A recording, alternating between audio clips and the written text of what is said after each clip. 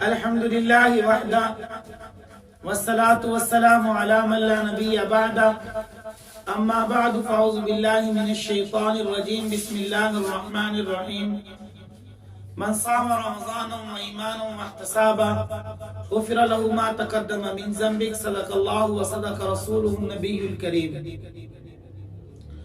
سامعین مکرم، رمضان المبارک کا مہینہ چل رہا ہے۔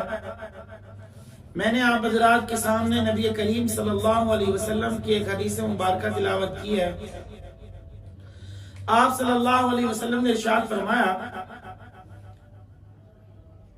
کہ جس شخص نے رمضان المبارک کا روزہ رکھا ثواب کی نیت سے اور ایمان کی حالت میں، فرمایا اللہ اس کے گناہوں کو معاف کر دے گا۔ تو من صام رمضان، جس نے رمضان کا روزہ رکھا، ایمان، پہلی شرط ہے ایمان، دوسرا فرمایا واحتسابا، ثواب کی نیت سے، غفر له ما تقدم من ذنبک، اللہ اس کے گناہوں کو معاف کر دے گا۔ تو روزہ رکھنے سے انسان کے گناہ معاف ہو جاتے ہیں، مگر روزہ ہونا چاہیے جیسے کہ نبی کریم صلی اللہ علیہ وسلم نے ارشاد فرمایا کہ انسان جب روزہ رکھتا ہے تو اس کی ہر چیز کا روزہ ہے، اس کی آنکھ کا روزہ ہے، اس کی کان کا روزہ ہے، اس کے ناک کا روزہ ہے، اس کے ہاتھ کا روزہ ہے، اس کے پاؤں کا روزہ ہے۔ تو روزے، لیکن آج ہمارا روزہ ہمیں کھانے پینے سے تو روک رہا ہے مگر ہمیں گناہوں سے نہیں روک رہا۔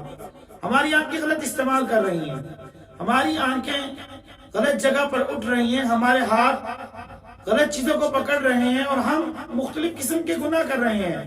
آج روزہ رکھ کر بھی ہم نے گناہوں کو نہیں چھوڑا، حالانکہ فقط ہم نے کھانے پینے کو چھوڑا ہے، اپنی نفسانی خواہشات کو نہیں چھوڑا۔ آپ دیکھیں اللہ کے نبی صلی اللہ علیہ وسلم نے ارشاد فرمایا بہت سے روزے دار ایسے ہیں جن کو کھانا اور پینا چھوڑنے کے علاوہ کچھ حاصل نہیں ہوتا، یعنی سوائے بھوک اور پیاس کے کچھ حاصل نہیں ہوتا۔ تو روزہ ہم رکھ رہے ہیں لیکن ہم اپنے گناہوں کو نہیں چھوڑ رہے۔ روزہ رکھ رہے ہیں، جھوٹ بھی چل رہا ہے، روزہ رکھ رہے ہیں، غیبت بھی چل رہی ہے، روزہ رکھ رہے ہیں، بہتان بھی چل رہا ہے، روزہ رکھ رہے ہیں، دھوکہ بھی چل رہا ہے، ہم نے روزہ رکھا ہوا فراڈ بھی چل رہا ہے، قسمیں اٹھا کر چیز کو بیچ رہے ہیں۔ دکانداروں کو دیکھیں، اللہ کی قسم یہ چیز اتنے کی آئی ہے اور حالانکہ وہ چیز اتنے کی نہیں ہوتی، محض دھوکہ ہے، فراڈ ہے۔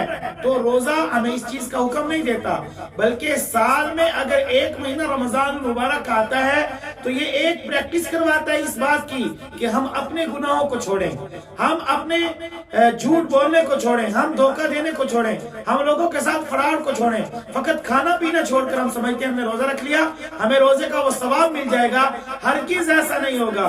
کیوں؟ اس لیے کہ روزہ مطالبہ ہی اس چیز کا کرتا ہے، جیسے آپ نے کھانے کو چھوڑا ہے، پینے کو چھوڑا ہے، اپنے گناہوں کو بھی چھوڑیں۔ جب گناہوں کو چھوڑیں گے پھر اللہ کے نبی صلی اللہ علیہ وسلم نے جو ارشاد فرمایا من صام رمضان و ایمانا واحتسابا غفر له ما تقدم من ذنبک، پھر تمہارے گناہ کو معاف اللہ رب العزت کر دیں گے کیونکہ تم نے روزے کے صحیح حق ادا کیا ہے۔ اور پھر یہ روزہ ہی ہوگا جو قیامت کے دن اللہ رب العزت کے ہاں تمہارا سفارشی بن کر جائے گا اور یہ کہے گا اللہ اس نے میری وجہ سے کھانے کو چھوڑا تھا، میری وجہ سے پینے کو چھوڑا تھا، میری وجہ سے گناہوں کو چھوڑا تھا، اللہ میں بھی تیرے اسلام کا رکن ہوں، اللہ میں بھی تیرا روزہ ہوں، آج اس کو معاف کر دے۔ تو اللہ اس کی سفارش کو رد نہیں کرے گا بلکہ اس بندے کو معاف کر دے گا اور روزے کی شفاعت کو بندے کے حق میں قبول کر دے گا۔ اللہ رب العزت ہمیں ایسے روزے رکھنے کی توفیق عطا فرمائے۔ وآخر دعوانا الحمدللہ رب العالمین۔